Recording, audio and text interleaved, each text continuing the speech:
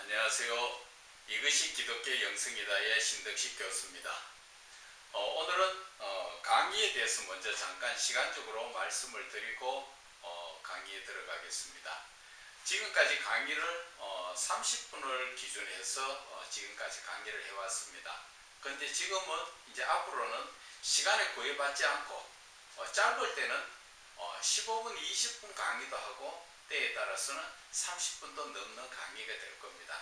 그래서 그 강의 내용에 따라서 시간이 짧아졌다가 길어졌다가 하는 그런 부분이 있습니다.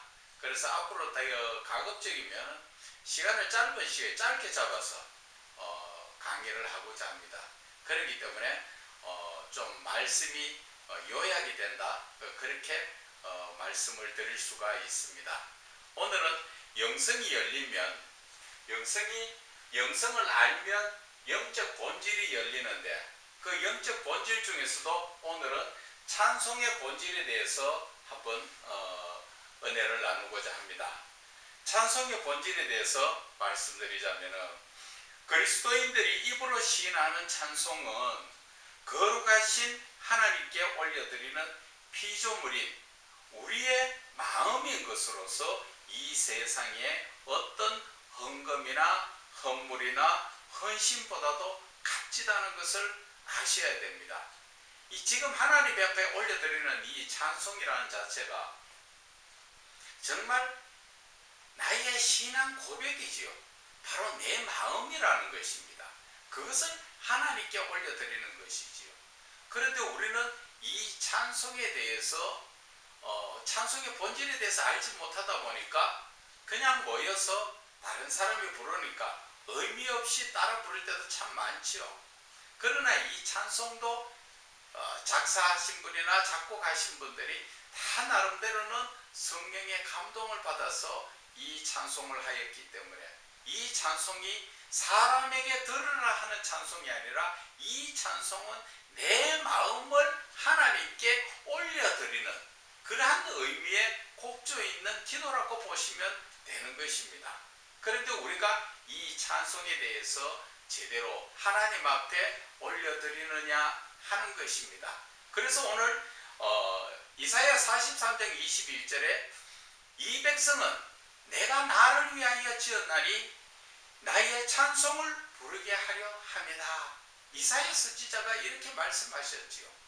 하나님께서 사람을 창조하신 목적이 찬송을 부르게 하는데, 그 찬송이 하나님을 향한 찬송을 부르는 그 목적 하에서 우리를 지으셨다는 것입니다.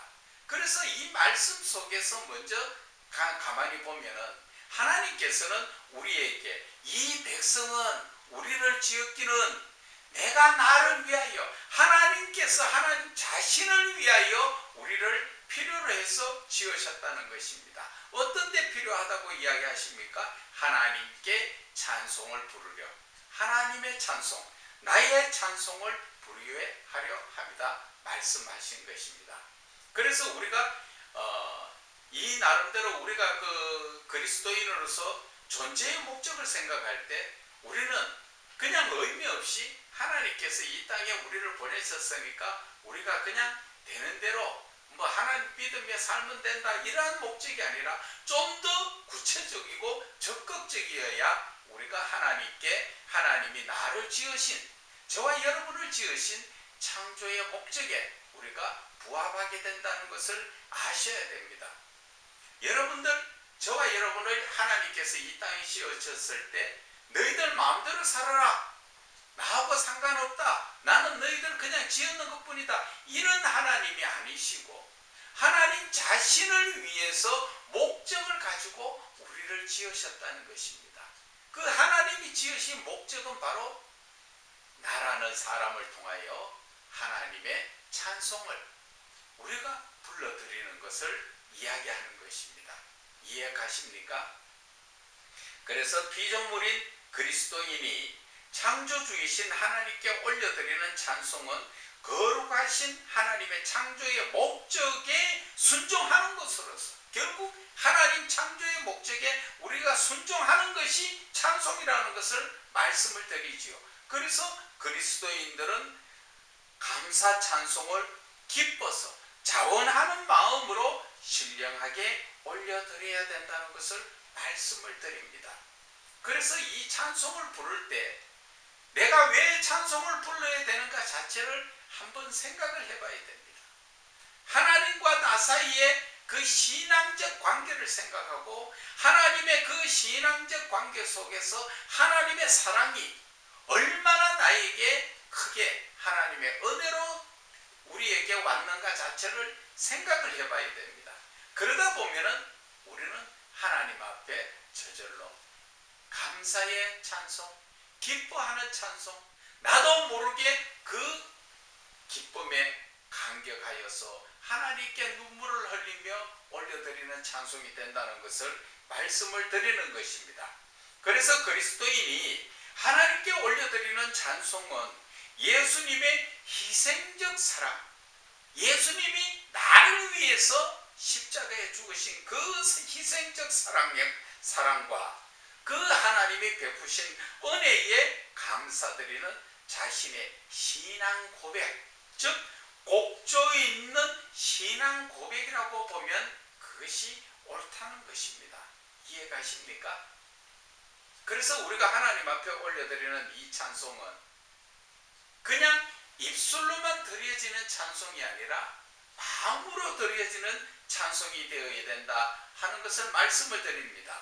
그래서 찬송이라는 것 자체는 하나님 사랑과 하나님 은혜에 감사의 그 기쁨을 곡조를 실어서 표현하는 마음의 소리가 찬송이라는 것입니다. 이 찬송은 누구에게 드려야 되는 겁니까? 사람에게 드리는 거 아닙니다. 이 찬송은 오직 살아계신 하나님, 그 하나님께 피조물인 나라는 자신이 그리스도인으로서 하나님의 그 하나님께 사랑과 은혜에 감사함으로 올려드려야 되는 것이 찬송이라는 것입니다. 그리고 찬송은 하나님을 높이고 또 하나님을 사모하는 마음의 표현이 우리가 말하는 찬송이라는 것입니다. 그래서 찬송이라는 것은 사람이 들으라고 하는 것이 아니라 하나님께 올려드리는 나 자신의 마음을 하나님께 내가 하나님을 이렇게 사랑합니다.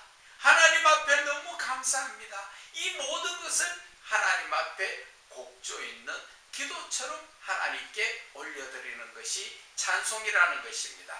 그래서 우리는 찬송을 통하여 자기 자신의 신앙을 돌아봐야 되는 것입니다. 그래서 찬송을 부를 때 그 가사를 음미하면서 그 가사가 내 마음속에 와닿는 그러한 가사가 되어야 되는 거지요. 즉 내 마음속에 하나님께 향한 그 마음, 기도하는 마음, 그러한 감사하는 마음, 그 은혜에 너무나 기뻐서 올려드리는, 그래서 자기 자신의 신앙을 돌아봐야 된다는 것이지요.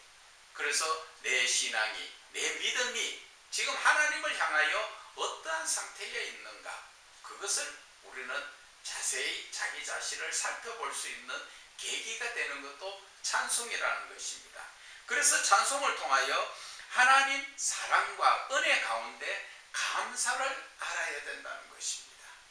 그래서 찬송 가운데 찬송을 부르면서 그 찬송 가운데서 첫째는 내 자신의 신앙을 돌아보고, 그리고 두 번째는 하나님의 사랑과 은혜에 감사를 할 줄 아는 감사의 표현을 우리는 해야 된다는 것이지요. 그리고 찬송을 통하여서 하나님을 진정으로 사랑하게 된다는 것을 아셔야 되는 것입니다. 여러분 이해가십니까? 그래서 이 찬송이라는 것은 찬송을 통하여 내 자신에게 유익이 주는 것이 내 자신의 신앙을 돌아보게 함으로써 나에게는 신앙적으로 큰 유익이 되죠. 두 번째는 이 찬송을 통하여서 하나님 사랑과 은혜 가운데 감사를 알게 함으로써 정말 우리의 신앙이 올바른 신앙으로, 하나님을 향한 내 마음이 올바른 그 신앙적 마음으로 나아가게 된다는 것이고, 그리고 찬송을 통하여 하나님을 진정으로 정말 하나님의 은혜와 사랑에 감사해서 내가 하나님을 바르게 사랑할 수 있는 그 모든 길이 열려지는 것입니다. 그래서 우리는 찬송은 영적 전쟁 중 부르는 승리의 권세라고도 말할 수 있다. 그것은 찬송은 세상적인 삶에 눌려서 기도가 막혔을 때 기도를 뚫어 하나님과 교통교제를 이루는 능력이 바로 찬송이라는 것입니다. 여러분들 그 삶 속에서도 그렇죠. 신앙적인 삶 속에서 살다 보면 때에 따라서는 너무나 영적으로 눌려가지고 하나님의 말씀을 사모하던 자가 말씀도 보기 싫어지고 예배를 드리러 가야 되는데 나도 모르게 예배도 귀찮아지고 그래서 찬송을 부르려고 해도 찬송이 막히고 안 되고 기도도 막혀서 안 되고 그럴 때 여러분들은 어떻게 하십니까? 생각외로 이 찬송에 대한 능력을 깨닫지 못해서 방황하시는 분들이 참 많다는 것을 말씀을 드립니다. 심지어는 직분하고 상관없습니다. 집사님, 권사님, 장로님, 심지어 목사까지도 기도가 막혀 있을 때 그 기도를 어떻게 뚫어야 될지 몰라서 여기저기 물으러 다니고 방황하고 다니는데 그것 아니고 바로 찬송입니다. 여러분 다 막혔을 때 찬송가 책 자체도 보기 싫고 피기 싫죠. 그런데 잠시 억지로라도 조금만 시간 내서 찬송가 억지로 한번 펴가지고 한 절만 한번 불러보라는 겁니다.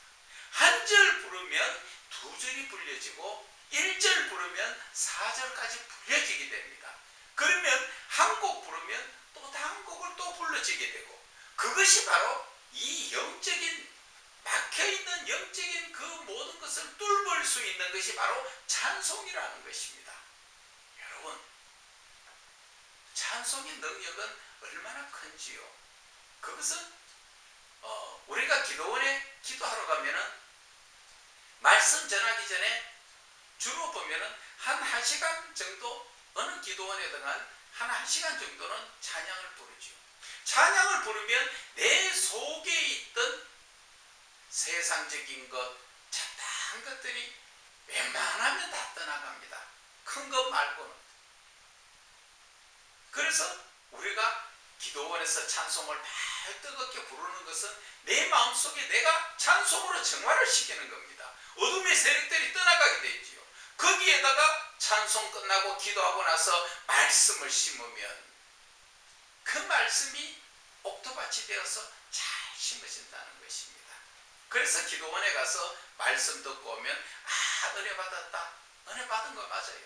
그 은혜 받는 동기가 결국 나에게 세상적인 것들이 찬송을 부를 때 떠나가기 때문에 그래서 기도원에서는 모여서 한 사람이 부르기보다는 두 사람이 모여서 그보다는 10사람, 100명, 200명, 500명, 1000명 이렇게 모여서 뜨겁게 부르짖을 때 놀라운 역사가 일어났다는 것을 여러분들은 아셔야 됩니다. 그래서 찬송의 위력이라는 것은 정말 대단한 겁니다. 그래서 그 찬송을 부르면 막혀있던 기도가 저절로 내 입에서 나도 모르게 기도가 나옵니다. 그 기도가 나올 때 따라 나오는 게 뭡니까? 회개 기도가 나온다는 것입니다. 그 회개 기도를 하고 나면은 그 다음부터 기도가 열려지죠. 찬송이 열려지고 나도 모르게 그렇게 찬송이고 기도고 말씀이 안 내가 답답하던 그것이 나도 모르게 눈 녹듯이 살살 다 내 속에 있던 악한 것들이 정리된다는 것을 여러분들은 아셔야 됩니다. 자, 그래서 우리가 이 찬송이 기도가 막혔을 때 기도를 뚫어주는 역할, 내 신앙이 막혔을 때 신앙의 그 길을 뚫어주는 역할을 찬송이 한다 하는 것을 아셔야 됩니다. 자, 그리고 신령한 찬송. 신령한 찬송하는 것은 신령이라는 것은 영의 본성을 말하는 것으로서 거룩성을 말하는 것이지요. 그래서 이 신령이라는 것은 바로 성령님의 이끌림 받는 것을 신령이라고 이야기합니다. 그래서 신령한 찬송은 성령의 인도하심으로 부르는 거룩한 찬송이죠. 성령의 이끌림을 받는 거룩한 찬송. 그 찬송을 하나님을 영화롭게 하는 것이 바로 우리의 신령한 찬송이라는 것입니다. 그래서 우리는 찬송을 부를 때 내 자신을 돌아보고 회개하고 내 자신을 깨끗게 해야 된다는 것을 여러분들 아셔야 됩니다. 그래서 그리스도인이 하나님께 올려드리는 신령한 찬송은 하나님을 향한 자신의 사랑을 표현하는 것이다. 바로 내가 하나님 사랑합니다. 그것을 말로 사랑합니다가 아니라 내가 진정 내 마음속에 하나님의 사랑과 그 은혜에 감복하고 그 사랑에 너무 기뻐서 내가 하나님 앞에 화답하는, 하나님의 사랑에 화답하는 그 곡조가 바로 이 찬송이라는 것을 여러분들은 아셔야 됩니다. 마귀는 세상의 상 가운데 대중가요로 육신이 기뻐하는 노래로서 세상 허무함을 부르게 하지요.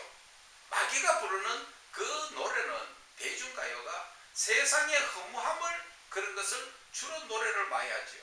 그러나 거룩하신 하나님은 성령님을 통하여 성도들의 입에 찬송으로 하나님의 영광을 부르게 하는 것을 아셔야 됩니다. 그래서 이 찬송이라는 것은 이렇게 영적인 큰 힘을 가지고 있다는 것을 여러분들은 아셔야 됩니다. 그래서 그리스도인으로서 거룩하신 하나님께 감사의 찬송을 신령하게 올려드리는 것을, 그것이 피조물로서 창조주에 대한 당연한 의무고 본분이라는 것입니다. 그래서 이사야 선지자가 말씀하신 것처럼 이사야 43장 21절에 이 백성은 내가 나를 위하여 지었나니 이 찬송을 부르게 하려 합니다. 그렇게 말씀하신 것처럼 우리의 창조의, 하나님께서 우리를 통한 창조의 목적은 하나님께 영광의 찬송을 올려드려야 하는 것입니다. 그래서 우리들의 죄의 문제를 해결하여 주시려고 나를 대신하여 대속제물이 되어 주신 예수 그리스도의 희생적 사랑의 그리스도인으로서 진실로 감사하여 신령한 마음으로 감사 찬송을 올려드려야 하는 것입니다. 그래서 이러한 마음의 신령한 찬송이 거룩하신 하나님께 영광 올려드리는 그리스도인의 의무요 본분이라는 것을 아셔야 됩니다.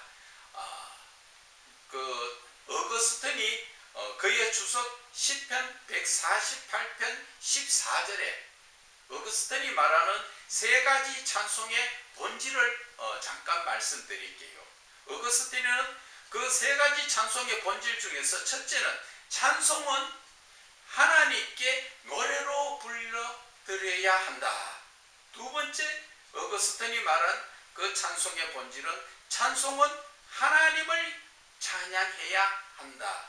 세 번째, 찬송은 하나님께 드려야 한다. 이것이 어거스틴이 이야기하는 찬송의 본질이라는 것입니다. 그래서 우리가 이 찬송에 대해서 찬송의 본질에 대해서 또 좀 더 살펴보게 되면은, 찬송의 본질은 피조물인 그리스도인들이 거룩하신 하나님께 마음으로 믿어 입으로 감사 영광을 올려드리는 것으로서 그 결국은 하나님을 영화롭게 해드리는 것이다. 그러므로 찬송의 본질은 모르고 찬송을 세상 대중가요 부르듯이 그렇게 부르고 또 습관적이나 형식적으로 의식 없이 아무런 의미 없이 깨닫지 못하고 부르는 것은 잘못된 것이다. 그래서 그리스도인으로서 거룩하신 하나님께 진정한 그 마음과 성령의 감동 없이 그리스도인들의 기분에 젖어 부르는 것은 결국 하나님의 영광을 가리게 된다는 것을 우리는 알아야 하는 것입니다. 이제 우리가 부르는 찬송, 하나님께 어떻게 불러야 되는가 아시겠죠? 그래서 찬송의 본질은 그리스도인으로서 믿음 없음에 대한 회개 가운데 신령한 마음의 감사 찬송으로서 하나님의 존귀하신 이름을 높이고 또 하나님의 사람 사랑하심과 창조의 목적에 대해서 순종하는데 그 찬송의 본질이 있다는 것입니다. 그래서 우리가 찬송의 이유에 대해서 잠깐 보게 되면은 찬송을 왜 부르는가? 그것은 나는 거룩하신 하나님의 형상대로 지음받았기 때문에 하나님 앞에 우리는 찬송을 올려드릴 수밖에 없는 존재고 또 하나님의 참 사랑을 받고 있기에 우리는 찬송을 불러야 되는 것입니다. 그리고 나는 거룩하신 하나님과 동행하고 있다는 것을 우리는 깨닫고 하나님 앞에 찬송을 불러드려야 되는 것입니다. 그리고 나는 거룩하신 하나님은 나 자신의 모든 것이기 때문에 거룩하신 하나님이 바로 내 자신의 모든 것이라는 것입니다. 그래서 우리는 찬송을 올려드릴 수밖에 없는 그러한 존재라는 것을 여러분들에게 말씀드리는 것입니다. 그래서 찬송은 피조물의 존재의 목적을 알게 하는 것입니다. 찬송을 부름으로써 내가 하나님 앞에 지음받은 피조물로서 내가 이 땅에 존재를 해야 되는 그 존재의 목적을 알게 한다는 것입니다. 그래서 결론적으로 찬송의 본질은 바로 거룩하신 하나님, 사랑의 하나님을 영화롭게 하는 데 있다 하는 것을 말씀을 드립니다. 여러분들에게 좀 도움이 됐습니까? 감사합니다. 다음 시간에 뵙겠습니다.